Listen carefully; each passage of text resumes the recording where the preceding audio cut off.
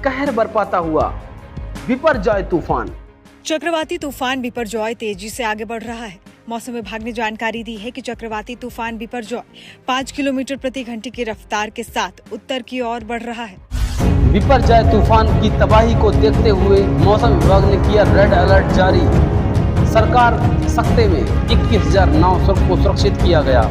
भयानक मंजर को देखते हुए इसे एक महान आपदा घोषित किया गया।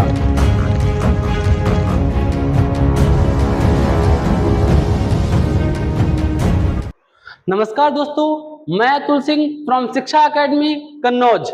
जैसा कि आप लोग देख रहे हैं पीछे, बिपरजॉय तूफान ने दस्तक दे दी है और इसमें कितनी तबाही होगी इसका तो आगे देखते हैं कितना है, लेकिन ये गुजरात तट से और महाराष्ट्र के तट से टकराएगा तो इसकी देखते हैं कि ये कितना तीव्र है और चक्रवात होते क्या हैं, चक्रवात क्यों आते हैं। तो पूरा दोस्तों वीडियो देखते हैं। अगर आप एंड तक वीडियो देखेंगे तो आपको सारी की सारी जानकारी चक्रवात से संबंधित मिल जाएगी।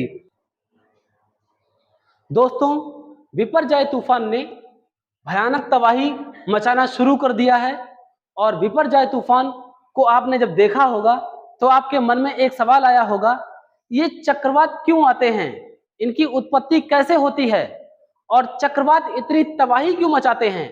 तो दोस्तों, ये सारी बातें जानने के लिए, चक्रवात से संबंधित सारे के सारे चीजों को जानने के लिए आपको इस वीडियो के लास्ट तक बने रहना होगा और लास्ट तक आपको चक्रवात से संबंधित सारे क्वेश्चन जितने भी परीक्षाओं में आने वाले हैं और जितनी भी महत्वपूर्ण जानकारी चक्रवात से संबंधित हो सकती है वो सारी जानकारी आपको आज के इस वीडियो में मिलने वाली है।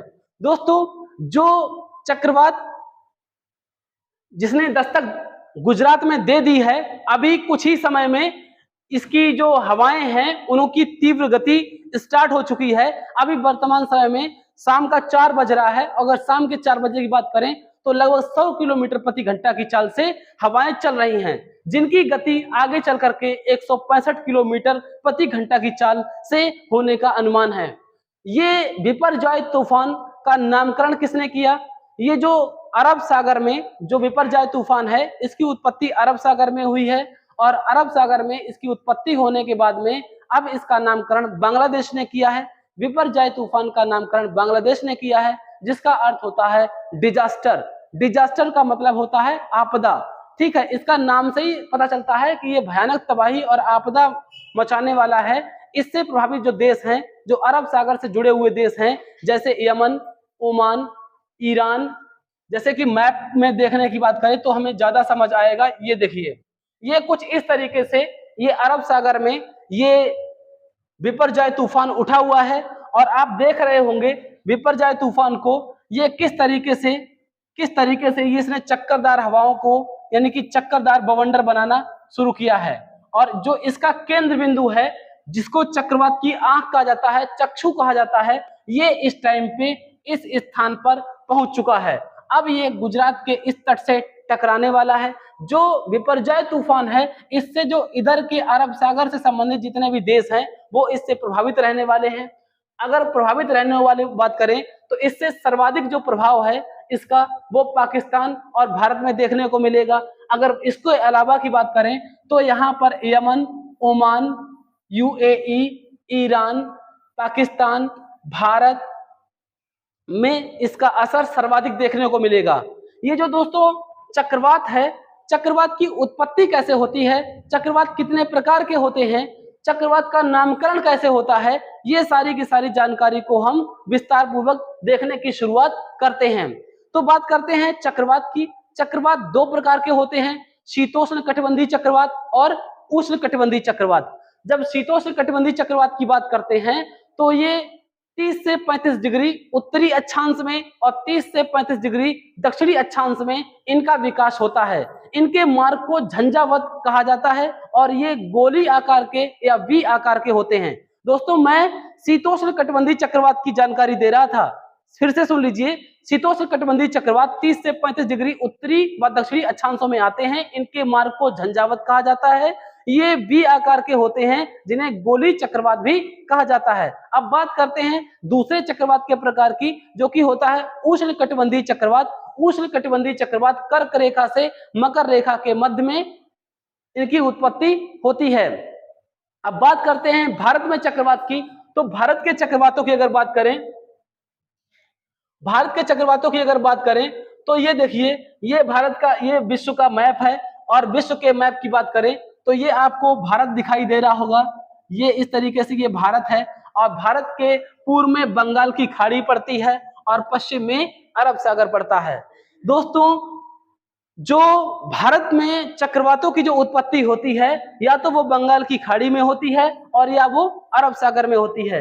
दोस्तों, सर्वाधिक उत्पत्ति इनकी बंगाल की खाड़ी में होती है और अरब सागर में चक्रवातों की उत्पत्ति कम होती है। लेकिन अभी कुछ हाल ही के समय में अरब सागर में भी चक्रवातों की वृद्धि होने लगी है, जिसका कारण जो ग्लोबल वार्मिंग को बताया जा रहा है। अभी मैं बात करूंगा कि चक्रवात की उत्पत्ति के विशेष कारण क्या हो सकते हैं। तो हमने जाना कि भारत में जो चक्रवात आते हैं उनकी उत्पत्ति अरब सागर में और बंगाल की खाड़ी में होती है। अब बात करते हैं कि जो चक्रवात होते हैं उनकी उत्पत्ति किस प्रकार से होती है और ये किस प्रकार से बवंडर बनाते हैं। ठीक है, तो इसकी बात करते हैं। इसके लिए हम पिछला वाला जो फिगर है उसको देखते हैं। ये देखिए, ये फिगर है, इसके माध्यम से हम समझेंगे कि जो चक्रवात हैं वो इतनी ज्यादा तबाही कैसे मचाते हैं। तो सबसे पहले चक्रवात की उत्पत्ति की स्थितियां देखते हैं। चक्रवात की उपस्थिति के लिए एक सागरीय सतह पर, ध्यान से सुनेंगे, चक्रवात की उत्पत्ति कैसे होती है। ठीक है, तो चक्रवात की एक बड़ी सतह पर, मान लीजिए ये एक बड़ी सतह है चक्रवात की। चक्रवात की किसी बड़ी सतह पर जो तापमान होता है वो 27 डिग्री टेम्परेचर से अधिक होना शुरू होता है, जिस कारण यहाँ की जो वायु होती है वो गर्म होकर के ऊपर उठ जाती है, और इस प्रकार से ये वायु के उठने का क्रम बन जाता है। और जब इस क्षेत्र की वायु जो होती है वो ऊपर उठती है, और ऊपर उठने के साथ में इस समुद्री सतह पर निम्न वायुदाब केंद्र स्थापित हो जाता है, और जब निम्न वायुदाब केंद्र स्थापित हो जाता है तो उस समुद्र के चारों ओर जो उच्च वायुदाब वाली हवाएं हैं वो तीव्र गति से इस केंद्र की ओर प्रवाहित होना शुरू करती हैं। जब ये तीव्र गति से प्रवाहित करना शुरू करती हैं तो ये कुछ इस प्रकार से ये अंदर की ओर प्रवेश करती हैं। इस प्रकार से ये केंद्र की ओर अंदर जाकर के ये प्रवेश करती हैं, और जब प्रवेश करती हैं तो ये इस तरीके से एक चक्रीय बवंडर का रूप ले लेती हैं।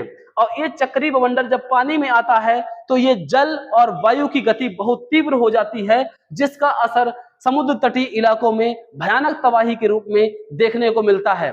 अगर बात करते हैं चक्रवात की, तो ये चक्करदार हवाएं होती हैं जो निम्न वायुदाब केंद्र पे स्थापित होती हैं, जिसके लिए समुद्री सतह की का जो तापमान है वो 27 डिग्री से अधिक होने लगता है। दोस्तों, जो चक्रवात है इसकी उत्पत्ति के अन्य कारण भी हैं।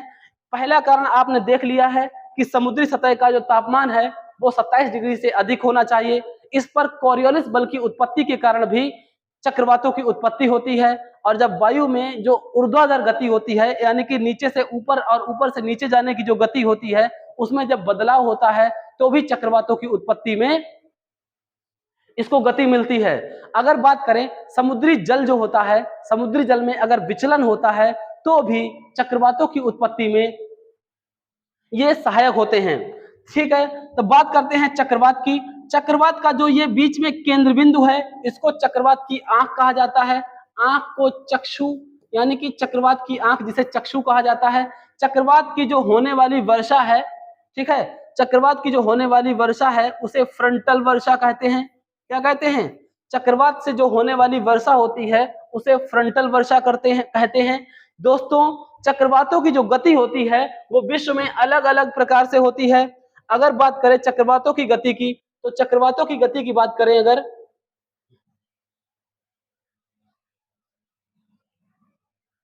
अगर हम बात करें चक्रवातों की गति की, तो देखिए, ध्यान दीजिए, इस वर्ल्ड के मैप पर ये जो दुनिया है, जैसे कि बात करें यहां से, देखिए कुछ इस प्रकार से बीच से भूमध्य रेखा पृथ्वी के बीचों बीच से गुजरती है, और जब पृथ्वी के बीचों बीच से गुजरती है तो जो ऊपर का हिस्सा उत्तरी गोलार्ध होता है और नीचे का हिस्सा दक्षिणी गोलार्ध होता है। जो चक्रवातों की जो गति होती है वो जब भूमध्य रेखा के ऊपर में यानी कि उत्तरी गोलार्ध में चक्रवात जो है वो एंटी क्लॉकवाइज गति करते हैं। कैसी गति करते हैं? ये एंटी क्लॉकवाइज गति करते हैं, यानी कि घड़ी की विपरीत दिशा में ये चक्कर लगाती हैं, यानी कि घड़ी की विपरीत दिशा में ये चक्रवात होते हैं।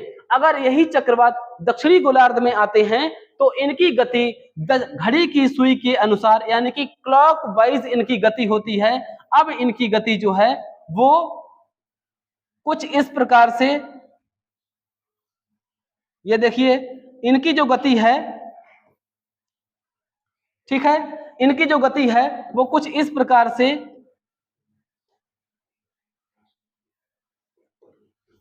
प्रकार से इनकी गति बनना प्रारंभ होती है। यानी कि उत्तरी गोलार्ध में एंटी क्लॉकवाइज चक्रवात आते हैं और दक्षिणी गोलार्ध में क्लॉकवाइज चक्रवात आते हैं।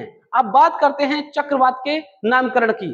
चक्रवात के नामकरण की प्रक्रिया सन 2004 से शुरू होती है और जिसमें जितने भी देश हैं वो सारे देश भाग लेते हैं। यानी कि जो हमारे भारत के क्षेत्र से संबंधित जितने भी इस क्षेत्र में जितने भी चक्रवात आते हैं उसके नामकरण में कुल 13 देश भाग लेते हैं। 13 देशों के साथ में दुनिया में 6 क्षेत्रीय विशेष मौसम विज्ञान केंद्र हैं और इसी के साथ में 5 उष्णकटिबंधीय चक्रवात चेतावनी केंद्र हैं। यानी कि इनको मिला करके संख्या होती है 11, जो चक्रवातों से संबंधित सलाह देने का काम करते हैं और सलाह देने के साथ में ये इनके नामकरण में भी सलाह देते हैं। दोस्तों अब बात करते हैं जो चक्रवात हैं उनमें कौन से 13 देश चक्रवातों के नामकरण में भाग लेते हैं। चक्रवातों का जो वर्तमान नाम है, जैसा कि आपने देख ही लिया होगा, जो चक्रवातों का वर्तमान नाम है इसका नामकरण बांग्लादेश ने किया है। किसने किया है? बांग्लादेश ने किया है। और इससे पहले जो चक्रवात आया था जिसको मोखा नाम दिया गया था वो नाम यमन ने दिया था। यमन एक देश है, अरब देश, ठीक है, जिसने इसका नामकरण किया था। अभी जो अगला चक्रवात आएगा, कोई भी साइक्लोन जो अगला आने वाला है उसका नामकरण भारत करेगा जिसका नाम तेज होगा। तो 2004 से ये सभी देश बारी बारी से क्रम में नाम रखने की प्रक्रिया को शुरू करते हैं। तो नाम रखने की प्रक्रिया की बात करें तो अगर देशों की बात करें, आप लोग मानचित्र के माध्यम से बेहतर तरीके से याद कर सकते हैं। तो देख रहे हैं ये है हमारा भारत और भारत के साथ में ये कौन से देश इस तरीके से जुड़े हुए हैं। तो बात करते हैं यमन, ये यहाँ पर ओमान, ये है सऊदी अरब, यहाँ पर है यूएई यानी कि संयुक्त अरब अमीरात और इसी के पास में एक देश पड़ता है कतर, ठीक है। कतर के साथ में यहाँ पर देश पड़ता है ईरान। अब ईरान के साथ में यहाँ पर पड़ता है पाकिस्तान, पाकिस्तान के साथ में अब यहाँ पर पड़ेगा भारत और भारत के साथ में यहाँ पर पड़ेगा श्रीलंका और श्रीलंका के साथ में मालदीव और मालदीव के साथ में यहाँ पर पड़ेगा हमारा बांग्लादेश और बांग्लादेश के बाद में इसका जो नामकरण में भाग लेते हैं वो लेते हैं थाईलैंड। दोस्तों मलेशिया और इंडोनेशिया इससे जुड़ने के बावजूद इसके नामकरण में भाग नहीं लेते हैं, जो कि आपसे प्रश्न में पूछा जा सकता है। मैंने जो भी नाम लिए हैं आप वीडियो को पॉज करके इन सभी नामों को नोट कर लेंगे। ये कौन से 13 देश हैं जो इसके नामकरण में भाग लेते हैं। मैंने सारे के सारे देशों की चर्चा कर दी है। अब बात करते हैं कि कौन सी शर्तें हैं जो चक्रवातों के नामकरण पर ध्यान दी जाती हैं। दोस्तों जब भी कभी चक्रवात का नामकरण किया जाता है तो निम्न बातों का ध्यान रखा जाता है। जो इनका नाम है वो 8 अक्षरों से अधिक नहीं होना चाहिए, इनका नाम अधिक क्रूर नहीं होना चाहिए, इसका कोई जो शब्द है वो अपमानजनक नहीं होना चाहिए और ना ही ये जो चक्रवात का नाम है वो किसी की भावना को या धर्म विशेष को आहत करने वाला हो। इसी के साथ साथ में इन सारी चीजों को ध्यान में रखते हुए इन चक्रवातों का नामकरण किया जाता है। उम्मीद है आपको चक्रवातों की उत्पत्ति और चक्रवातों के नामकरण से संबंधित सारी बातें समझ में आ गई होंगी। अब हम बात करते हैं विश्व के चक्रवातों की। अब विश्व में जो बहुत सारे चक्रवात आते हैं तो पूरी दुनिया में जो अलग अलग चक्रवात आते हैं उनको पूरी दुनिया में अलग अलग नामों से जाना जाता है। तो हम मानचित्र के माध्यम से पूरे के पूरे विश्व में जितने भी चक्रवात आते हैं और किस क्षेत्र में किस चक्रवात को नाम दिया जाता है तो हम उसको जानेंगे।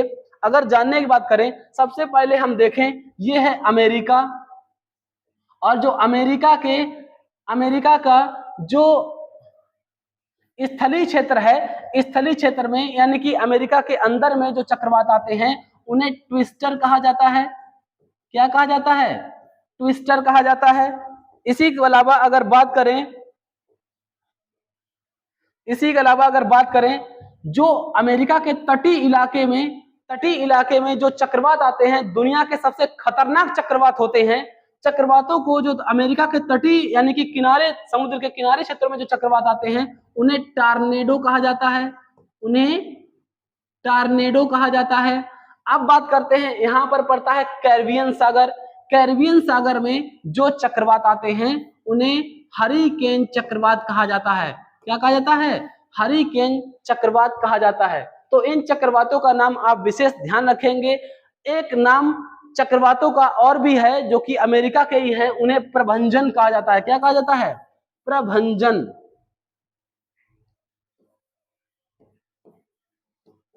प्रभंजन।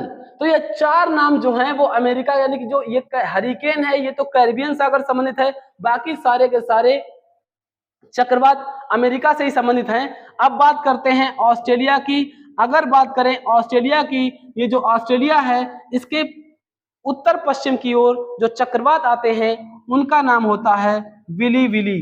क्या नाम होता है? Willy Willy. तो ये नाम आप बिल्ली समझ के भी इनका याद कर सकते हैं। विली विली नाम जो है वो चक्रवात जो ऑस्ट्रेलिया के उत्तर पश्चिम में आते हैं इनको विली विली करके वाला बोला जाता है।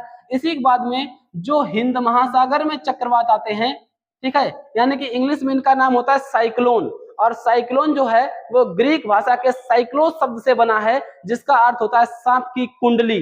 ठीक है, तो सांप की कुंडली की तरह होते हैं चक्रवात होते हैं। जो हिंद महासागर में साइक्लोन आते हैं उनको चक्रवात के नाम से जाना जाता है। किस नाम से जाना जाता है? चक्रवात के नाम से जाना जाता है।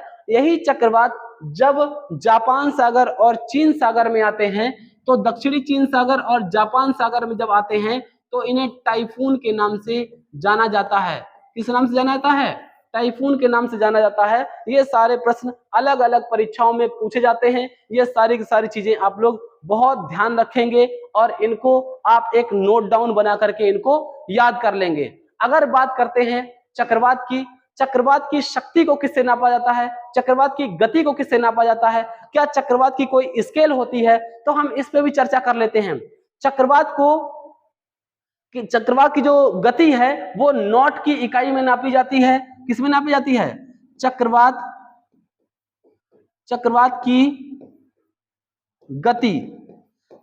की गति को नॉट इकाई में नापा जाता है। किस इकाई में नापा जाता है? नॉट। ठीक है, KNOT होता है, नॉट में नापा जाता है। तो ये नॉट की इकाई किस प्रकार से काम करेगी? अगर नॉट की बात करें तो ये जो नॉट है तो एक नॉट बराबर 1.85 किलोमीटर प्रति घंटे की चाल ये होती है। ठीक है, तो एक नॉट बराबर 1.85 किलोमीटर होती है। चक्रवातों की जो वायु की गति है वो नॉट में नापी जाती है। इसके अलावा बात करें कि जो चक्रवातों की शक्ति है उसको किससे नापते हैं? चक्रवातों की शक्ति जो है, चक्रवात की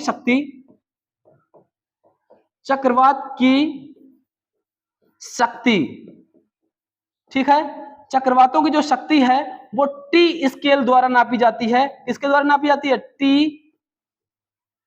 टी स्केल द्वारा नापी जाती है। और जो टॉर्नेडो है, टॉर्नेडो सबसे खतरनाक होता है और इसको फुजीटा स्केल में नापते हैं। किसमें नापते हैं?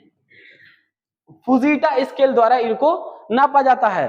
तो आपको पूरे संसार के सारे चक्रवात और इसके बाद में चक्रवातों की उत्पत्ति की विशेष परिस्थितियां, चक्रवातों के नामकरण और चक्रवातों की तबाही के बारे में आपको विशेष जानकारी मिली होगी। ये अधिक तबाही इसलिए मचाते हैं क्योंकि ये जलीय क्षेत्रों में आते हैं जो कभी कभी सुनामी को जन्म दे देते हैं और ये तटीय इलाकों में जल भराव और बहुत ज्यादा बारिश की संभावना इनके द्वारा बढ़ जाती है।